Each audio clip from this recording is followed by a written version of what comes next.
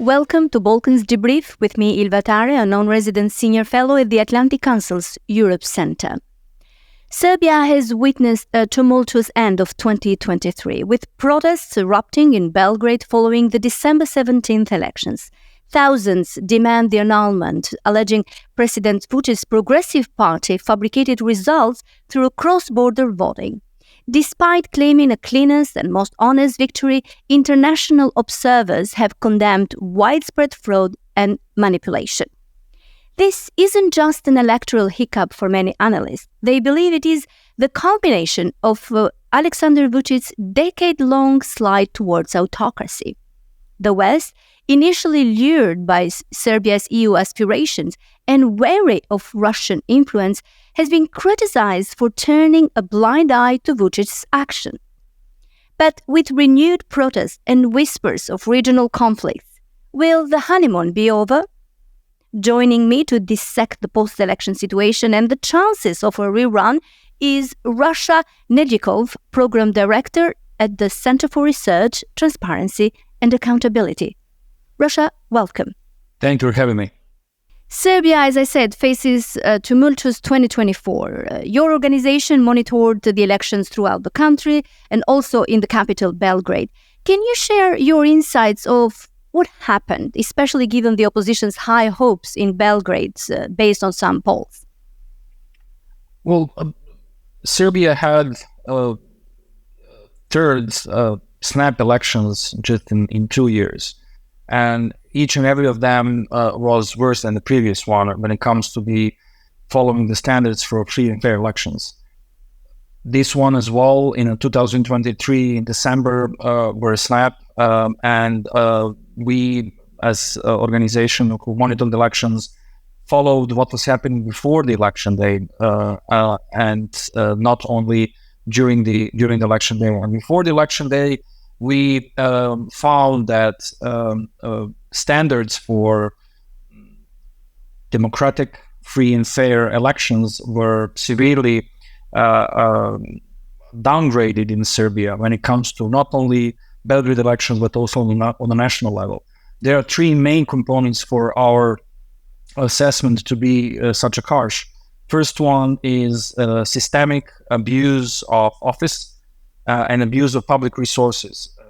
We conducted, for example, public opinion research asking citizens what kind of elections do we have and whether the president of Serbia is the candidate on these elections. And 60% of citizens said yes, President Vučić is the candidate. Although we did not have the presidential elections, President Vučić was not even a candidate on none of the elections, neither on the Belgrade or for the parliament, although his name was used for the list to be promoted. And if you are a bystander in Serbia and if you're not informed what kind of elections would we have, you would certainly say that we have presidential elections.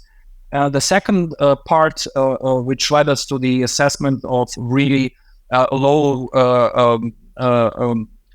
quality of elections in Serbia, is how media were biased and how access to media was restricted to the opposition candidates.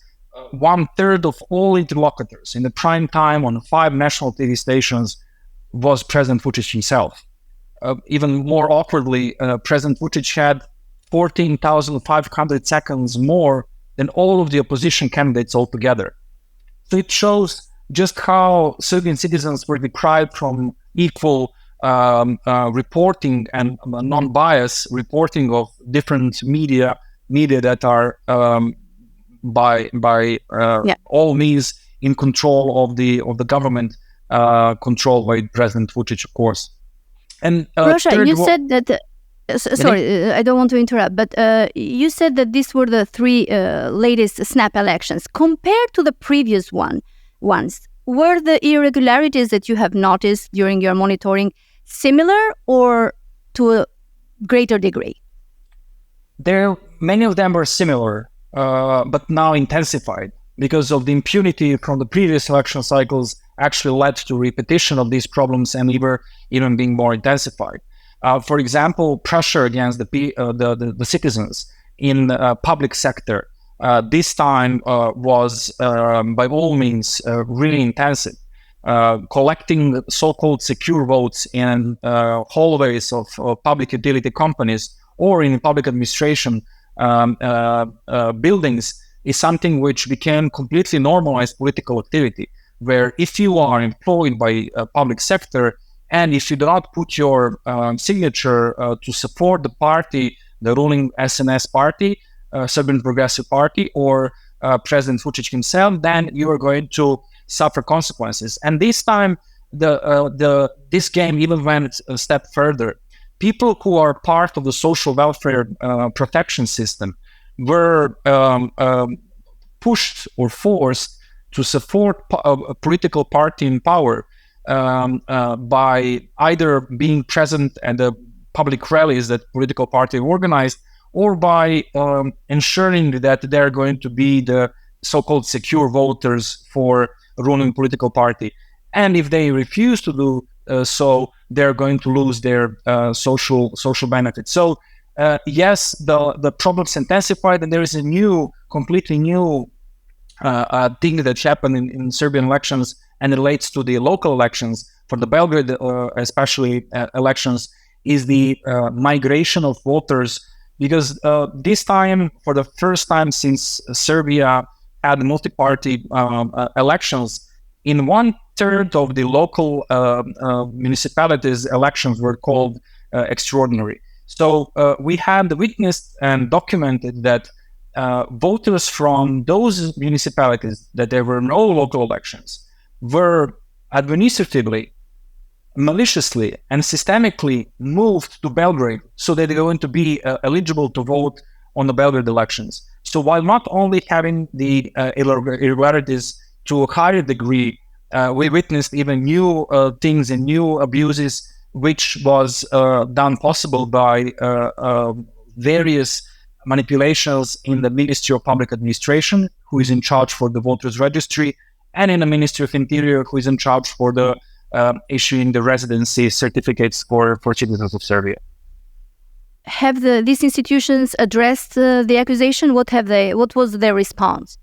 The joint response from all institutions, including the acting government, is that elections in Serbia are as pure as possible, that no problems happen whatsoever. And then all the voices that were bringing the proofs to prove the different, that we are facing a lot of problems, we were all labeled as foreign mercenaries and traitors. And in latest days of the 2023, we were even labeled as those who are working for the West against Serbian interests. And of course, these messages were even more amplified by the Ministry of Foreign Affairs, Sergei Lavrov, Russia, Maria Zakharova as well, and top Serbian officials who actually said that Serbian opposition, together with civil society organizations, were instructed by the Western governments to organize Maidan in Belgrade as it was organized by the West in Ukraine a few years earlier. Yeah, the Maidan scenario. I saw that both President Vučić and the Prime Minister Brnabić reportedly thanked the Russian ambassador. Is the only public meeting that President Vučić has done so far after the election with a Russian ambassador and thanking him for the information, alleging the Western interference, wanted to create a Maidan scenario. And actually they kind of didn't mention Germany, but the media said that this was a country that they were referring to. What do you think does this message send to the West? What the Vučić and his prime minister said after the elections? These messages were, I would say, dominantly focusing on Serbian citizens because the Western democracies or political West for years are being slandered by the Serbian media under the control of Aleksandar Vučić. And Serbian citizens are continuously reminded that West brings only bad, not only to Serbia, but for the all free-loving nations. And usually in that part of narrative, Russia is being mentioned as the US and NATO succeeded to dissolve the former Soviet Union. And I would say that one of the main characteristics of these elections was fear-mongering. Fear-mongering of the violence, fear-mongering of somebody from the outside would attack us if we do not vote for one person, Alexander Vučić, in these elections. And I would say that this is something only, in addition, exploited by different foreign influences, including China and Russia, after elections to give additional boost to Alexander Vučić. And actually, this is something that definitely is working really well for the anti-Western, anti-European forces in Serbia, as if you are these days public voice for EU accession in Serbia, you are being labeled as foreign mercenary or traitor, or somebody who is trying to destabilize Serbia. I'll ask you a little bit later on the pro-vote movement too. Rasha, were these alleged manipulations that you are naming significant enough to alter the outcome in Belgrade and in other areas? This time, we have enough proof to say that elections in Belgrade are not representing the free will of the citizens of Belgrade. So definitely without those manipulations on the election day, the results would be significantly different on the expense of the ruling or incumbent political parties. On the national election, it's really hard to assess the problems before the election day. All of the problems regarding the media, intimidation and threats against the voters, abuse of office, abuse of public resources, financial means. I mean, let's mention that since September, Alexander Vučić personally on TV multiple times announced 425 million euros direct helicopter aid to different demographic groups in Serbia. So it's really hard to make calculation whether without those abuses of position of the institutions, without the threats and intimidation against the voters, results would remain the same. I believe that will not, but for sure we have proof on the Belgrade level after calculating the problems which amounted to 10% of polling stations in Belgrade elections with severe violations on the polling stations, whereas on the national level in Serbia, that percent is 5. So right now, we are actually witnessing that the huge irregularities on the Belgrade level, where it's important to understand that the results are quite tight between the opposition and ruling political parties, that where those numbers were so close, all means were employed to change the will of the people. Therefore, if we allow that this goes without any kind of consequences, and if we normalize this, we cannot anymore count on free and fair elections, even in these difficult conditions as we used to have in recent years. So in future, the democratic potential for Serbian elections are extremely questionable if there are no serious changes in the conditions for the elections, which we believe will have to come in the following months, as we are part of the groups in Serbia that are demanding new elections on the national level and on the Belgrade level. After we have international commission present here in Serbia that will dictate a new set of dialogue around the electoral conditions, and also that international commission should be some kind of a warrant that what is being agreed and what is being achieved in the dialogue to be actually implemented. In your view, what are the chances for a rerun of the elections? It all depends right now from the Serbian citizens and to what extent they would believe their voice on the street would be significant enough to make the government change the tune. Right now, the government is ignoring completely every voice and using heavily media apparatus to slander every independent voice, every critical voice in Serbia. And the second part is international community. What we are calling is for the family of democratic West to actually help democracy in Serbia. Right now, we are seeing how autocratic voices are being supported by silence from the West. The only voices that were around the New Year's Eve mentioned in Serbian national media are the congratulations, for example, coming from Putin.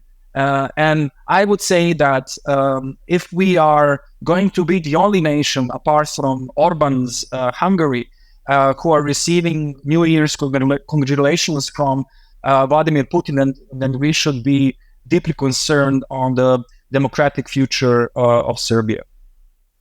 How should the West engage moving forward with the situation in Serbia?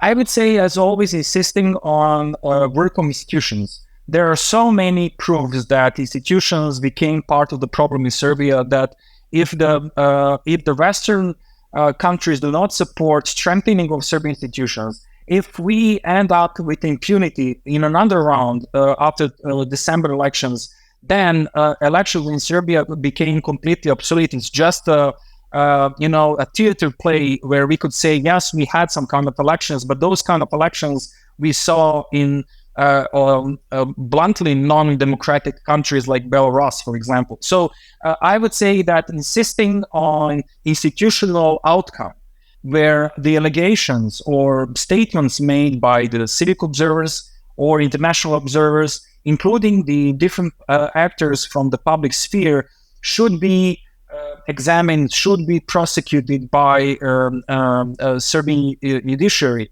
And we really do count that Serbian institutions have maybe not all of the power, but that there are some fragments of power that, if supported from the citizens on the streets and if supported from the international community, there is still a hope.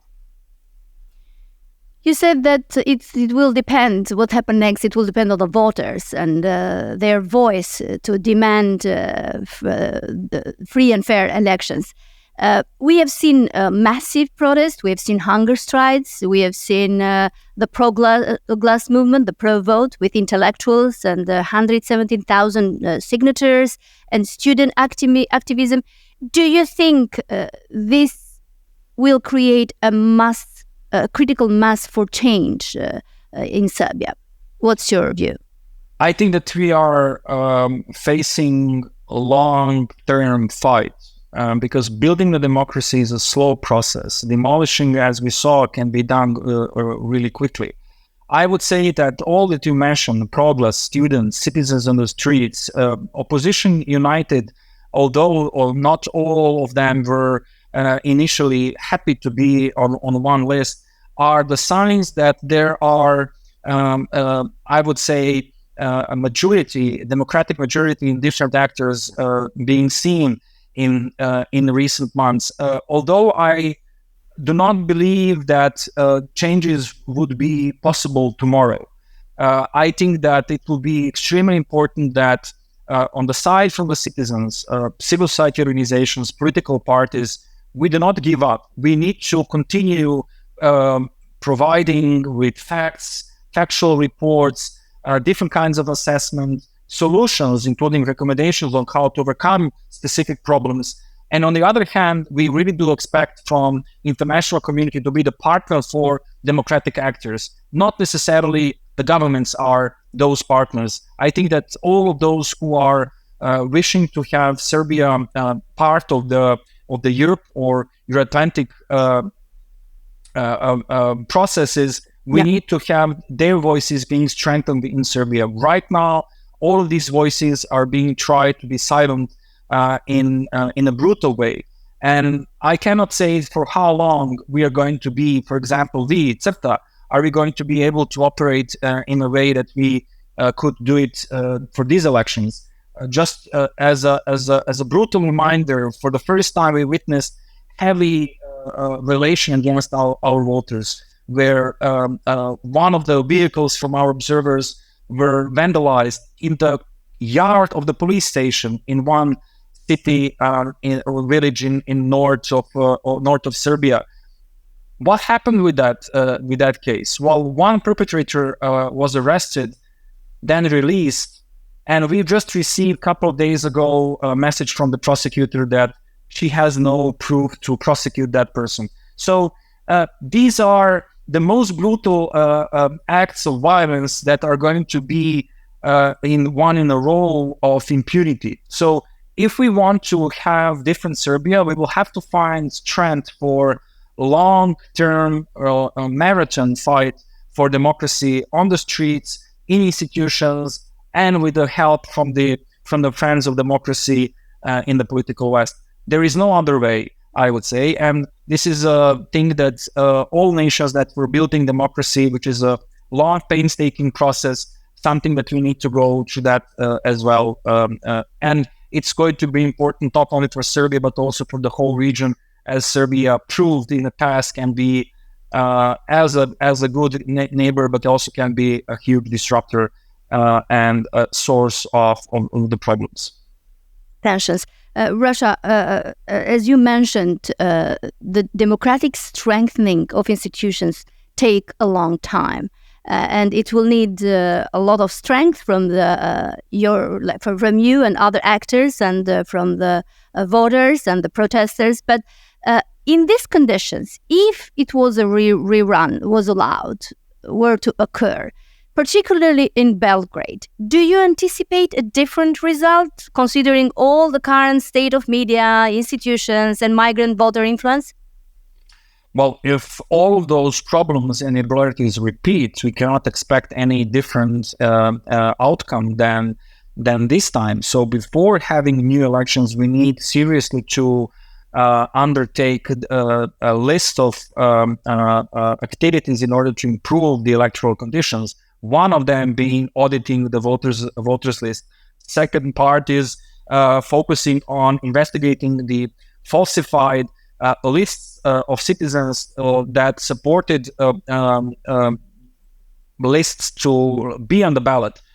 Just as a not that fun fact, 7 out of 14 lists were on the ballot thanks to the falsified signatures of citizens. So if those things are not prosecuted, if those things were not punished by the system, repeating the elections will be just one of the maneuvers by the government without any kind of impact. So before the new elections, we need to have serious improvements in the conditions. And of course, the most difficult one that this government will give up is the media apparatus. And from the civil society, if I can be the voice of part of civil society, what we are requesting is that at least National Broadcast Service, RTS, is doing its job in the public interest, where the other private TV stations is a different scope of problems. But at least if we would have ally in the National Broadcast Service, conditions for the elections would be by far better than we used to see in December. Rasa, thank you very much for your insightful analysis of the post-election situation in Serbia. This complex situation demands close attention, and we hope that the West will pay close attention to the situation in Serbia. Thank you. Thank you for having me. Stay tuned for more in-depth conversations on the Western Balkans. Until next time, this is Balkans Debrief signing off.